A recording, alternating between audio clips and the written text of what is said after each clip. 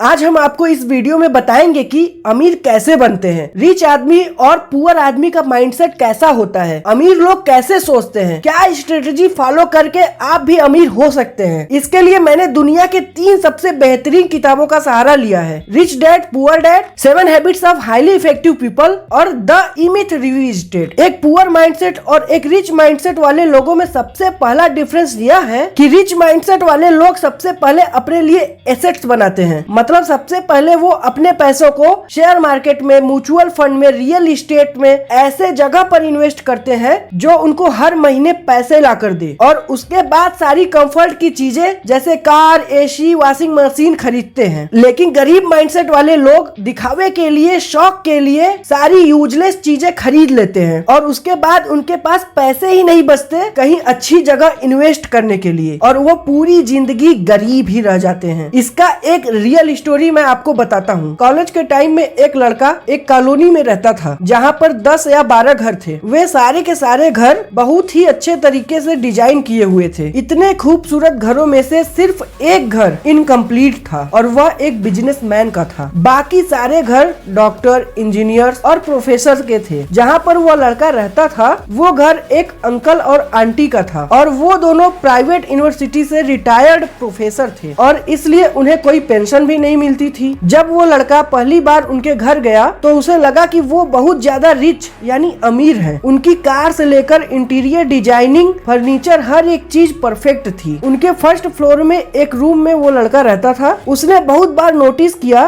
कि पैसों को लेकर बहुत बार अंकल और आंटी की बहस होती थी। कोई भी एक्स्ट्रा खर्च उनके बीच में टेंशन क्रिएट कर देता था। एक बार वो लड़का अंकल के साथ उनकी बालकनी में बैठा हुआ था। लड़के ने उनसे कहा कि आपके साथ वाले पड़ोसी ने शायद अपना घर कंप्लीट नहीं किया है। इस पर उन्होंने कहा, हाँ बहुत कंजूस है, कार भी नॉर्मल सी ही रखी है, एक ही फ्लोर बनाया है, इसकी वजह से हमारा कॉलोनी भी अच्छी नहीं लगती, पता नहीं पैसे खर्चता ही नहीं है। थोड़े ही महीनों बाद वो लड़का वहाँ से शिफ्ट हो गया। कुछ ही दिनों के बाद लड़के को अंकल का कॉल आया और उन्होंने कहा कि अगर आपका कोई दोस्त हो रूम लेने के लिए तो आप रिकमेंड कर दीजिएगा। हद तो तब हो गई जब अंकल ने दूसरे ही दिन दोबारा कॉल किया और लड़के से पूछा कि कोई मिला क्या, तो उसने कहा हाँ, लेकिन मेरे दोस्त कह रहे हैं कि आपका रूम काफी कॉस्टली है। तो उन्होंने कहा कि वो तो होगा ही, हम इतनी फैसिलिटीज जो प्रोवाइड करते हैं। और मजे की बात यह है कि अंकल ने नेक्स्ट डे फिर से कॉल किया और उन्होंने कहा कि हम अपना प्राइस कम करने के लिए तैयार हैं, आप अपने दोस्त को भेज दीजिए। जब हमने पूरी स्टोरी को रिच डैड और पुअर डैड की थ्योरी से कंपेयर किया तो हमने ऑब्जर्व किया कि अंकल के पड़ोस वाला घर वाकई एक बिजनेसमैन का था जिसका एक फ्लोर बना हुआ था, और देखते ही देखते 2-3 साल के बाद वही घर उस पूरी कॉलोनी में सबसे बड़ा और 3 फ्लोर का बेहद ही सुंदर घर बन गया। दूसरी बात कि अंकल ने एक होंडा सिटी रखी हुई थी, लेकिन वो केवल स्कूटर में ही चलते थे। हो सकता है कि वो अपना पैसा बचाने के लिए ऐसा करते हो, लेकिन नहीं जानता था कि बाहर से बेशक वह बहुत अमीर दिख रहे हो, अंदर से उन्हें पैसों की कमी थी, जिसकी वजह से उनके और उनकी वाइफ के बीच में हमेशा बहस होती रहती थी। और दोस्तों, पुअर मेंटेलिटी वाले लोग ऐसी ही गलतियां करते हैं। सैलरी 15,000 होगी लेकिन आईफोन 50,000 का ले लेंगे, जितनी रिक्वायरमेंट है उससे बहुत बड़ी गाड़ी लोन पर ले लेंगे, 10-10 हजार की जींस ले लेंगे, शूज ले लेंगे। लेकिन अमीर मेंटेलिटी वाले लोग इसी चीज को अच्छे से कैलकुलेट करके कि कोई भी प्रोडक्ट उन्हें कितनी वैल्यू प्रोवाइड कर रही है ये जानकर तभी उसके लिए पे करते हैं। नेक्स्ट पॉइंट कहता है कि अमीर मेंटेलिटी वाले लोग सबसे पहले खुद को पे करते हैं, उसके बाद किसी और को। आप में से बहुत सारे लोगों ने रिच डैड पुअर डैड तो पढ़ी होगी, लेकिन बहुत कम लोग ही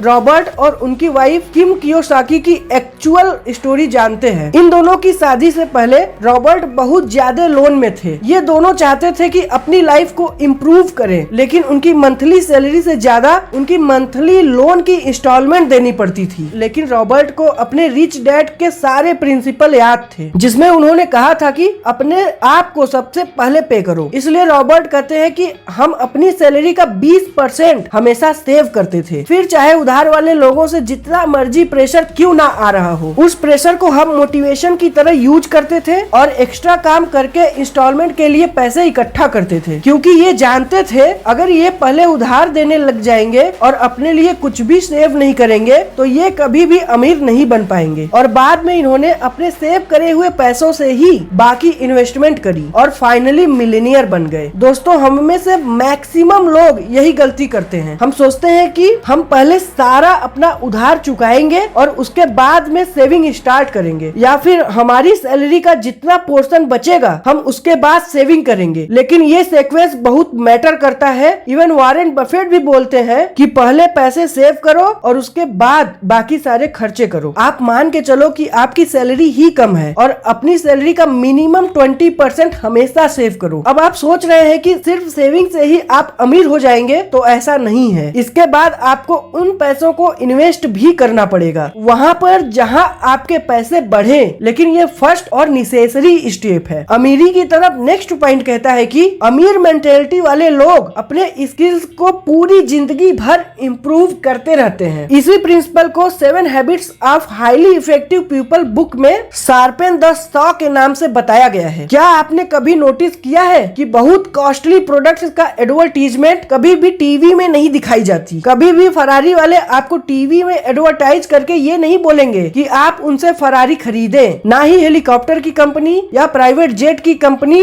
आपको अपना प्रोडक्ट दिखाने के लिए पैसे खर्च करेगी। लेकिन अब सवाल आता है कि ऐसा क्यों है? मैक्सिमम पॉपुलेशन तो टीवी ही देखती है। ऐसा इसलिए है क्योंकि ये लोग जानते हैं कि जो लोग इन प्रोडक्ट्स को एक्चुअल में खरीद सकते हैं वो अपना टाइम टेलीविजन में वेस्ट नहीं करते। ज्यादातर मिडिल क्लास मेंटेलिटी वाले लोग ग्रेजुएशन, पोस्ट ग्रेजुएशन, पीएचडी कर लिए तो सोचते हैं कि अब वो रेस्ट डिजर्व करते हैं और उन्हें कुछ नया सीखने की जरूरत नहीं है, और वो आराम से जॉब के बाद घर में आते हैं और टीवी देखकर रिलैक्स करते हैं क्योंकि वो सोचते हैं वो इस चीज को डिजर्व करते हैं। वैसे ही कई मिडिल क्लास बिजनेसमैन घर में आकर आराम से सीरियल्स देखते हैं। नई चीजें सीखना उनके दिमाग में प्रेशर पैदा करता है। लेकिन रिच मेंटेलिटी वाले लोग ये जानते हैं कि उन्हें अपनी स्किल्स पूरी जिंदगी भर इम्प्रूव करते रहना है। नई चीजें सीखना उनका पैशन है। ये चीजें ही उन्हें रिलैक्स करती हैं। यदि हम बिल गेट्स का एग्जांपल ले तो वो माइक्रोसॉफ्ट से रिटायरमेंट ले चुके हैं। वो एक बिलियनियर रहे हैं, उन्हें कुछ करने की जरूरत नहीं है, लेकिन फिर भी वो हर वक्त कोई ना कोई बुक पढ़ते रहते हैं और अपनी सारी बुक्स के नोट्स अपनी वेबसाइट getsnotes.com में डालते हैं। ये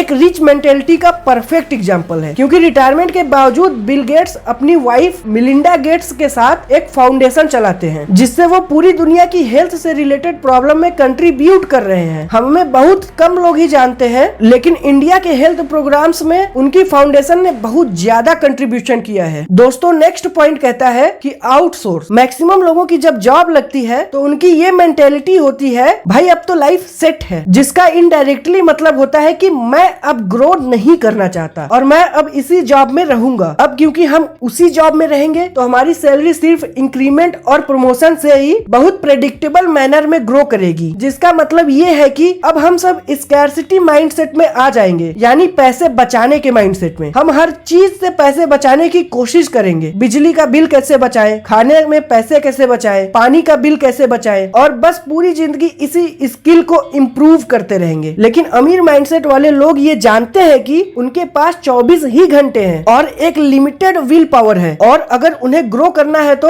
उन्हें और लोगों की हेल्प लेनी पड़ेगी। इसलिए वो अपने मैक्सिमम काम जैसे कि खाना बनाना, कपड़े धोना, ड्राइव करना, इवन की ऑफिसेस के टेक्निकल काम वो आउटसोर्स कर देते हैं और सिर्फ उन स्किल्स पे काम करते हैं जो बहुत रेयर और वैल्यूएबल हैं, ताकि वो और ज्यादा ग्रो कर पाए। इसके दो फायदे हैं। एक तो वो अपनी कंट्री के इकोनॉमी में बहुत कंट्रीब्यूट करते हैं, दूसरा इस प्रोसेस में बहुत सारे लोगों को जॉब दे देते हैं। लेकिन एक पुअर मेंटेलिटी वाले लोग इन लोगों को देख के बहुत चिढ़ते हैं कि यार ये तो बहुत स्टाइल मारता है, बिना नौकरों के ये तो काम ही नहीं करता है। लेकिन रिच मेंटेलिटी वाले लोगों के दिमाग में कुछ और ही चल रहा होता है। उनका मेन मकसद स्टाइल मारना नहीं बल्कि अपने टाइम को बचाना होता है, जिसे गलत इंटरप्रिटेट किया जाता है। अब दोस्तों इसका मतलब ये भी नहीं है कि आप सारे काम को आउटसोर्स कर दो और बाद में घर में बैठ के दोबारा से टीवी ही देखो। इसका मतलब सिर्फ यह है कि यदि आप ग्रो कर रहे हैं और अगर आपको लोगों की हेल्प करनी है तो आप हिचकिचाओ नहीं, अपने ग्रोथ को रोको नहीं, बल्कि अपने काम को आउटसोर्स कर दो। दोस्तों अमीरी की तरफ नेक्स्ट रूल है विन विन सिचुएशन। मतलब रिच लोग खुद तो कमाते हैं बट दूसरों का कभी भी लॉस नहीं करते हैं। अमीर लोग कभी भी दूसरों को देखकर जलते नहीं बल्कि कमाओ और कमाने दो में बिलीव करते हैं। आज के लिए इतना ही, लेकिन ये वीडियो अपने उन दोस्तों को जरूर शेयर कीजिएगा जो पुअर माइंडसेट रखते हैं। और आपको क्या लगता है है, रिच लोगों का माइंडसेट कैसा होता है, हमें कमेंट करके जरूर बताइएगा। आपका बहुमूल्य समय देने के लिए बहुत बहुत धन्यवाद।